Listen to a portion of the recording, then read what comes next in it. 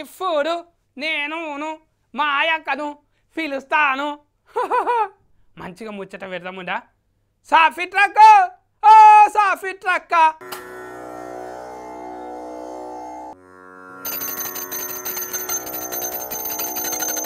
కౌసల్య సుప్రజ రామ పూర్వ సంధ్య ప్రవర్తతే. ఉత్తిష్టనాల శార్దూలం కర్తవ్యం దైవమేకం. అక్క నాకు కూడా వచ్చింది పాట. వచ్చినవా తమ్మి? జరసేపు ఆగరాదు, నేను పూజ చేసుకుంటున్నా, తర్వాత మాట్లాడనా నీతోని. అక్క ఆయతరం పూట బావతోటి ఆర్గిరి గుట్టకు పోతే అయిపోవు, అందరు పోతున్నారు. మళ్ళా అందరు పోతుండ్రని నేను పోవాలా తమ్మి? నీ మాటలు కాకపోతే. అరే ఆర్గిరి గుట్టకు రాష్ట్రంపతి సార్ కూడా పోయిండు, నువ్వు పోతే ఏమైతుంది? సార్కు నిమిషంలో దర్శనం అవుతుంది తమ్మి. అందరు నాపి సార్కి దర్శనం చేపించిండ్రు, మనకు గట్లయితదా?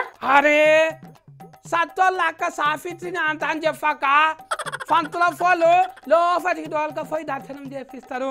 కావాలంటే నాది ఒక ఫోటో కొంటఫో నువ్వు. తమ్మి నీ ఫోటో కొండపోతే దర్శనం చేపిస్తారా? అవునాక మొన్న నేను పోతే సాఫిట్రోళ్ళ తమ్ముడిని అంట అని చెప్పంగానే సీదా లోపలికి డోల్కపోయిందాక పంతుల ఫోన్లు. చూసినవా, దర్శనం బాగా లేట్ అవుతుందంటే దేవుడు బాగా బిజీ అయిందన్నట్టే కదా సత్తి. అంటే ఏంటిదాకా తమ్మి? అప్పుడు గంటలయ్యే దర్శనం ఇప్పుడు 3-4 గంటలు అవుతుంది. అట్లనా అక్క? 5 రూపాయల 20 లడ్డూలు ఫర్సారం బతకరా సరేనా? 5 రూపాయల లడ్డు కాలమేడున్నది తమ్మి. ఏడ దేవునికి బాగా పేరేస్తుందో ఆడ ధరలు బయలుతాయి. అంటే ఎట్లాక? దర్శనం టికెట్ 250 రూపాయలకు పెంచిండ్రు, లడ్డు 50 రూపాయలు అయింది, పులిహోర ప్యాకెట్ కూడా 10 రూపాయలు అయింది. చూసినవా, అన్ని పిరమైనాయి గుట్ట మీద. ఏ గట్లెందుకు పెంచిండ్రాక?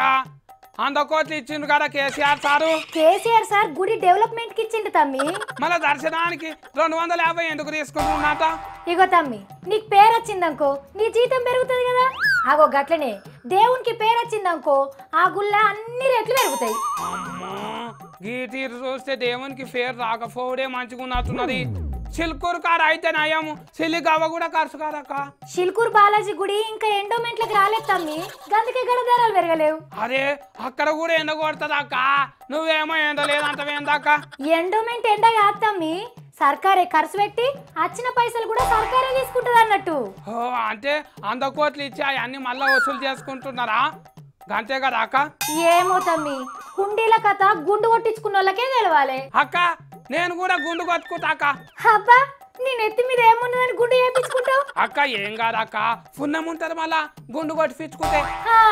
పుణ్యం ఏందో గాని తమ్మి, ముందుగాలైతే గుండుకు, కొబ్బరికాయకు, క్యూ లైన్ కు, అభిషేకానికి గిట్లా అన్ని తీర్ల టికెట్లు తీసుకునే వరకు గుండు కొట్టుకున్నట్టే అవుతున్నది తమ్మి.